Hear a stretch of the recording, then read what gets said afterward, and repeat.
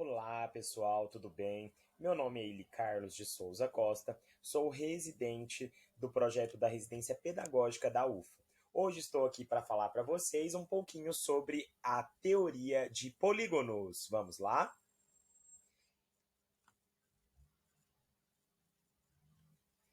Para começarmos, o que seria um polígono? Um polígono nada mais é do que figuras geométricas planas formadas por segmentos de retas que não se cruzam fora das extremidades. Como exemplos aqui de polígonos, eu trouxe este pentágono e esta outra figura que parece com a bandeirinha de festa junina. Estão lembrados? Como exemplos de figuras que não são polígonos, nós temos aqui esses itens A, B e C. A letra A, nós podemos ver que ela não é um polígono, porque ela não é formada apenas por segmento de retas. A letra B, ela não é uma figura plana fechada. E a letra C, ela tem esse cruzamento aí fora da extremidade, hein? Então, você já conseguiu detectar quando uma determinada figura geométrica plana é um polígono e quando não é? Seguimos adiante, falando um pouquinho sobre a nomenclatura de polígonos a partir da quantidade de lados. Vamos lá? Um polígono que tem 3 lados é chamado de triângulo. Um polígono que tem 4 lados é chamado de quadrilátero. Um polígono que tem 5 lados é chamado de pentágono. Você com certeza deve ter pensado no Brasil, né? Que é pentacampeão mundial de futebol. Aqui nós também temos o pentágono, que é um polígono formado por 5 lados. O hexágono é um polígono formado por 6 lados. O heptágono é um polígono formado por 7 lados. O octógono por 8 lados. Aqui eu não coloquei, mas um polígono formado por 9 lados é chamado de eneágono. Um polígono formado por 10 lados, ele é o decágono. E assim por diante. Com certeza nós temos outros polígonos que possuem nomes, como o undecágono, que tem 11 lados, o dodecágono, que tem 12 lados, o pentadecágono, que tem 15 lados, e o icoságono, que tem 20 lados. Agora, o que são polígonos convexos e polígonos não convexos? O que acontece? Quando um polígono é convexo, é porque todo segmento de reta onde as extremidades desses segmentos pertencem ao interior desta figura, desse polígono, o segmento de reta que liga os dois tem que estar totalmente contido dentro do meu polígono. Se isso acontece para todo segmento que eu pegar, nós falamos que esse polígono é convexo. Se isso não acontece, se existe algum segmento de reta que não está totalmente contido dentro deste polígono, nós falamos que ele é um polígono não convexo, também chamado de polígono côncavo. Só para falar um pouquinho para vocês sobre elementos de um polígono convexo. Nós temos os lados, que são esses segmentos aqui em verde. Nós temos os vértices, que são aqui esses pontinhos em vermelho. Nós temos as diagonais, que são os segmentos de retas que ligam dois vértices não consecutivos.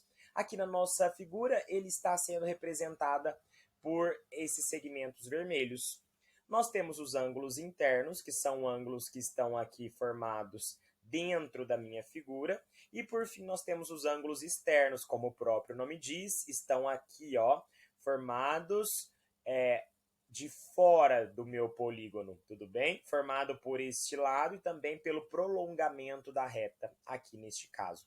Uma informação importante é que nós podemos ver que o ângulo interno e o ângulo externo são suplementares, ou seja, eles somados, as medidas desses ângulos somados totalizam 180 graus.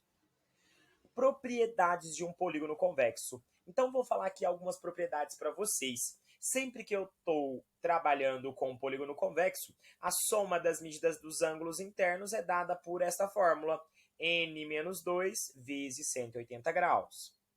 Onde n é o número de lados desse polígono e o s ele representa a soma dos ângulos internos. O que nós temos? Em um polígono regular, a soma de todos os ângulos externos totalizam 360 graus. Para nós falarmos agora um pouquinho da diagonal de um polígono, existe uma fórmula que possibilita o cálculo da quantidade de diagonais que um determinado polígono tem.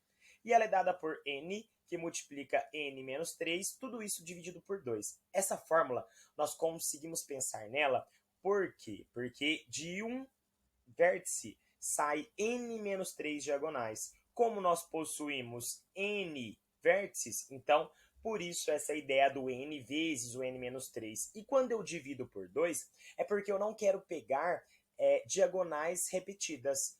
A diagonal AC é a mesma diagonal CA, ok? Então, por isso a divisão por 2. Neste desenho, nós podemos observar que AC e BD são diagonais. E se eu substituir na fórmula ali por 4, que é um quadrilátero, ou seja, possui 4 lados, nós encontraremos sim que terão apenas 2 diagonais. Falando agora um pouquinho de polígonos regulares. Então, polígonos são regulares quando eles são convexos, possuem todos os lados de mesma medida e todos os ângulos internos também de mesma medida, ou seja, congruentes. Um exemplo que eu trouxe foi esse hexágono regular, onde todos os lados possuem medida de 2 centímetros e os ângulos internos possuem medidas de 120 graus. Não menos importante, conseguimos observar então que esse hexágono é um polígono convexo. Logo, é um polígono regular. Algumas propriedades importantes dos polígonos regulares são essas. Esta fórmula que associa a cada ângulo interno a sua medida a partir da quantidade de lados e também a medida do ângulo externo, que é dada por 360 dividido pela quantidade de lados que meu polígono possui. Agora eu quero falar para vocês um pouquinho diretamente onde esses polígonos são encontrados na natureza. Às vezes nós estudamos matemática e não conseguimos encontrar, aplicações, encontrar isso, uma forma de usar esse conteúdo. E aqui nós conseguimos encontrar durante várias formas aqui esses polígonos na natureza. O primeiro exemplo, nas abelhas, quando elas estão produzindo mel.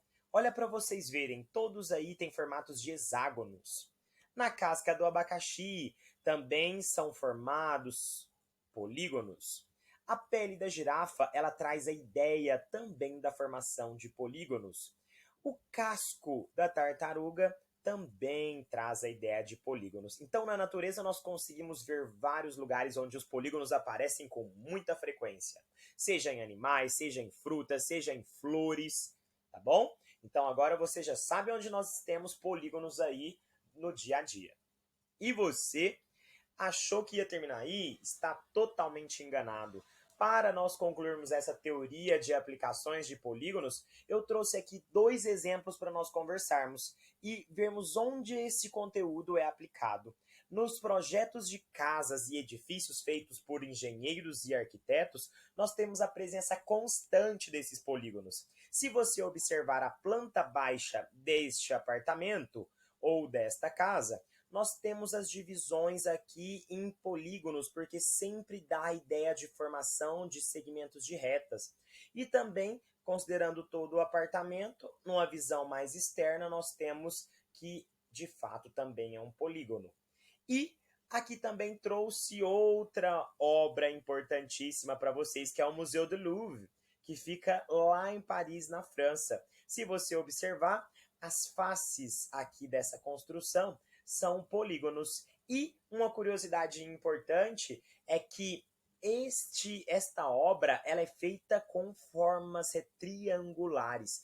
Por que uma forma triangular? Porque na matemática nós conseguimos ver que triângulos eles não se deformam tão fácil. Ou seja, é ótimo nós trabalharmos com formas triangulares, seja em construção, seja em construção de casas, edifícios em geral, construção de pontes, isso também pode ser muito observado, que o interesse é que não tenha realmente nenhuma deformação, ok? Então agora você já sabe onde existem polígonos na natureza e também onde são aplicadas essa teoria que nós estudamos aqui na escola. Tudo bem? Agora é a sua vez. Você vai usar toda essa nossa conversa para resolver a listinha de exercícios e também espero vocês daqui a pouquinho para nós construirmos alguns polígonos usando régua e compasso. Tudo bem? Um abraço e nos vemos em breve. Tchau, tchau!